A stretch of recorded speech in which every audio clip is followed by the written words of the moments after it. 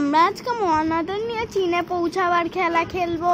তোমরা তার আগে পার্ট 1, পার্ট 2, পার্ট 3 আর 4 পার্টটি দেখে নিও। ওকে চলো শুরু করি। আর তারে কুলফিকে ডাক দিল, কিন্তু কুলফি না শিল এলো। কুলফি গোসল করছে। ও টুতি রান্না করে আর জাগবা বাবা অফিস করে আর বললো যে অফিস করছে। আর কিন্তু তখন মহানা বললো টুতি গোসল করে, টুতি গোসল করে, টুতি গোসল করে, টুতি গোসল করে চুল গায়ে দিবে। এই কথা বলে মহানা গালের মধ্যে চড় মারলো।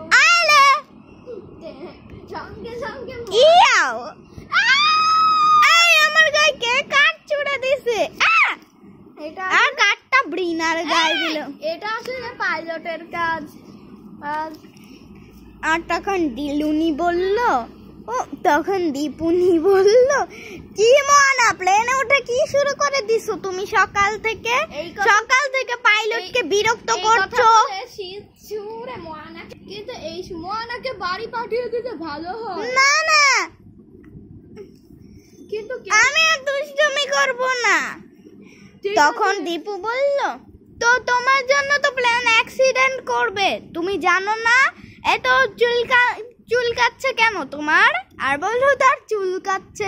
আবার তো মহানা তুতিকে নিয়ে গোসল করে, ঠাট্টা গোসল করছে যে তুতি, তাই তুতিকে নিয়ে আবার তুতিকে নিয়ে ঠাট্টা করেছে অনেকটা। না এই কথা বলে তারিকে একটা হেলিকপ্টারের বই নিল। কারণ তো তখন পাইলট বলল, ওরে তারিক ভাইয়া এখন আপনি বইতে পড়েন না, ওকে? আপনি কি হচ্ছে? তার তখন পাইলট বলল, তারিক ভাইয়া প্লিজ আপনি এটা চীনে গিয়ে বইটা পড়েন, এত বড় বই তো। দিয়ে দিল আর পাইলট বইটা চীনে পাঠিয়ে দিল। সঙ্গে সঙ্গে মহানার গায়ে থুতু ছিটলো। গায়ে পানি ছিটাচ্ছে কেন? এটা আসলে পাইলট করছে, কারণ মহানা প্লেনে উঠে ঝামেলা করছে ভীষণ। কুলফি তুমি মহানাকে পড়াও তো মেরে মেরে।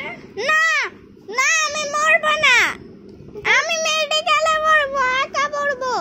আর মেডিকেলে পড়তে হবে তোমাকে। আর এই কথা বলে শিল কেচি দাঁত নিয়ে নিল। আর কেচি অন করে মহানার চুলটা কেটে দিল কিছু। সঙ্গে সঙ্গে মহানাকে টাকলু বানিয়ে দিল। না টাকলু না, আর মহানার এই পাশের চুলটা কেটে সিটি করে দিল।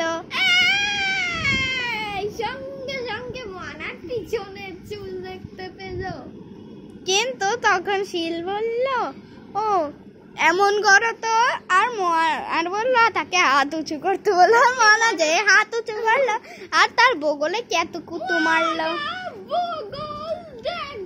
আর এটা বলতে বলতে তাকে কেতুকুতু দিল। চিসি চিসি চিসি চিসি চিসি।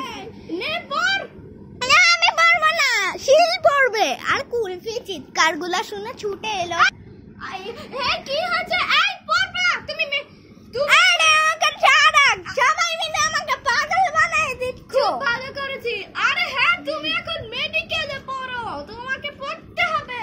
যাও তো শিল, তুমি ওকে পড়াও। আর না না, চেঞ্জেসের কেচিটা না। কুলফি বলল, আবার কিন্তু আমি তোমাকে উড়িয়ে দিব। এই কথা বলে তাকে লাথি দিয়ে উড়িয়ে বুলবুলে তার দাদার গায়ে দিল। আর তখন তার দাদা বলল, এই তুই আমার গায়ে আসছস কেন? সোহাই দুটো দাগ ফেলাই দিব। সঙ্গে সঙ্গে এই মহানার দাদা একটা কেচি নিয়ে মহানার সবগুলো চুল কেটে দিল। না আমার চুল কেটো না। আর কেচিটা ফেলে দিল আর বলল, আর তুই দুষ্টুমি করবি না তাহলে, আর চুপচাপ বস গিয়ে। এই পড়াবো কে? না না, আমি চীনে গিয়ে পড়বো। না, তোমাকে এখানেই পড়তে হবে। তখন পাইলট বলল, ও মোয়ানা আন্টি, তুমি প্লেনে উঠে কি শুরু করে দিয়েছো? তোমার জন্য তো পাইলট ঘুমিয়ে যাবে, তখন প্লেনটা তো অ্যাক্সিডেন্ট করবে, একটু চালাতে দিবা তো?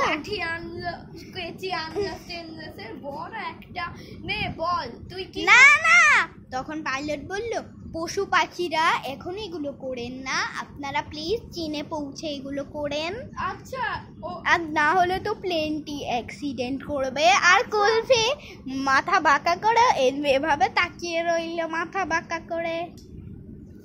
আর এটা দেখে মোয়ানা ভাবলো কি ওদিকে, আর মোয়ানা যেই না আর মোয়ানা কুলফির এখানে এসে ওভাবে তাকিয়ে রইল। এই সুযোগে কুলফি মোয়ানাকে উড়িয়ে দিল। কুলফি আসলে মোয়ানাকে উড়াতে চেয়েছিল বলে এভাবে তাকাচ্ছে, তাই স্যার মোয়ানাকে উড়িয়ে দিল। এমন সময় সেই প্লেনটা চীনের এয়ারপোর্টে নিয়ে এলো। ঠিক যেই দরজা খুললো অমনি সিট খুলে মোয়ানাকে ফেলে দিল। টাংপু বাবা। আর তখন কুলফি বললো, শেষ পর্যন্ত আমরা শাহজালাল বিমানবন্দর থেকে চীনের বিমানবন্দরে পৌঁছে গিয়েছি, নেমে পড়ো। আর সবাই এয়ারপোর্টে নেমে পড়লো আর টিকিট চেক করলো। এরপর তারা চীনে একটা বাড়ি খুঁজেছিল, সেই বাড়িতে তারা গেল। চলো বন্ধুরা, আমরা এখানেই আজকে খেলাটা শেষ করব।